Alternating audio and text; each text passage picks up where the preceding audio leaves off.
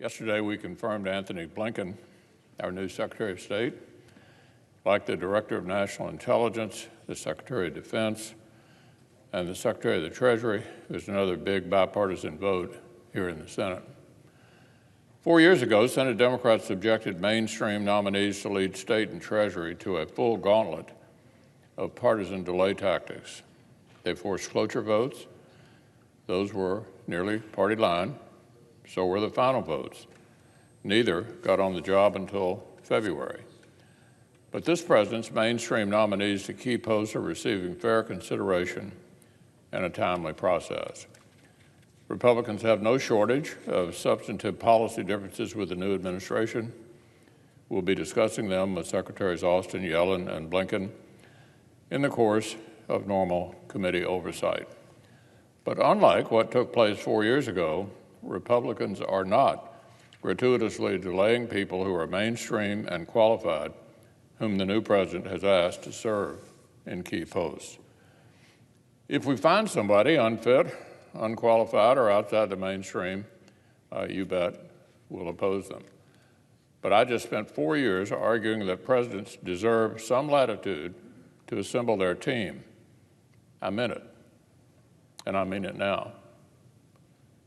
With my vote to confirm Mr. Blinken, I wanted to reinforce the need for a true bipartisan consensus on the core objectives of our foreign policy. Yesterday, while discussing the legislative filibuster, I talked about the chaos that would ensue if every domestic policy swung wildly back and forth with every election. The same goes for our foreign affairs. American statesmen should make commitments and issue threats that can endure beyond their terms in office. To be clear, presidents bear the primary responsibility for foreign policy, and I'm not suggesting different leaders should not have different ideas. But they'll be more successful and their legacies more enduring if they make the effort to build bipartisan support among Congress and the American people. Neither America nor our allies will like the world that results if the world's leading nation starts over like an Etch-a-Sketch every 4 years. For starters, in several important areas, the new administration should build on bipartisan consensus that actually already exists. Let's start with China. The Trump administration helped bring about a long overdue American awakening to the reality that we are in strategic competition with the PRC, that Beijing will not magically conform itself to the so-called international community, and that these challenges demand fast and serious action from the U.S. and from our friends. President Biden and his new cabinet must keep working with Congress to continue building a whole-of-government, whole-of-economy approach to checking China. We need Secretary Austin to keep focus on modernizing our forces, deterring Chinese threats from the Indo-Pacific to space and cyberspace, sustaining robust defense funding, and investing in defense partnerships across the world. We need Secretary Yellen to keep focused on the coercive manipulation the PRC uses to ensnare the developing world in its orbit. We need Secretary Blinken to keep clarifying the China threat to our allies and European partners, to focus on contesting their growing influence in Africa and the Middle East, and to hold Beijing accountable for its unacceptable repression in places like Tibet and Hong Kong and hostility toward Taiwan. Now, we know China is not the only great power with whom we need to hang tough.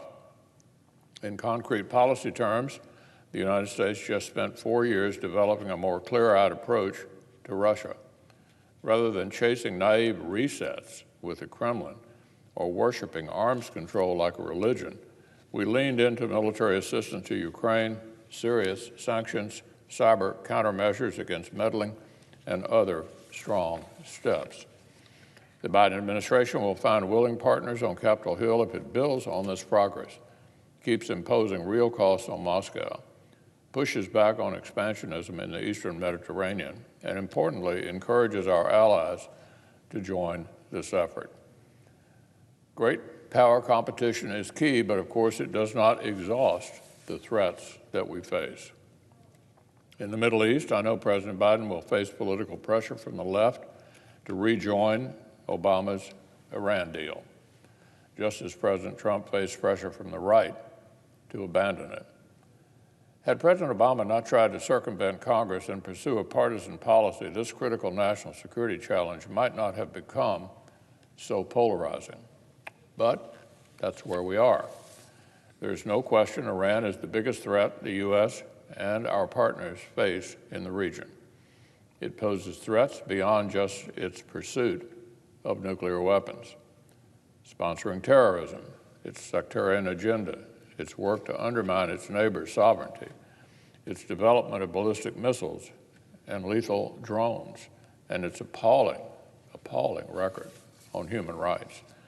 Confronting this multi-faceted challenge will take bipartisanship at home and solidarity with Israel and our Arab partners abroad. Those things need to exist before making major changes or racing to rejoin a deal. And our new president must be ready to respond to violence with force, as the Trump administration did when they removed Soleimani from the battlefield. Speaking of the Middle East, I've consistently and vocally stood up during administrations of both parties against withdrawing our limited forces in Afghanistan, Iraq, or Syria too rapidly or without a smart plan. A supermajority of the Senate joined me last Congress in warning against abruptly abandoning battlefields recklessly on bad terms.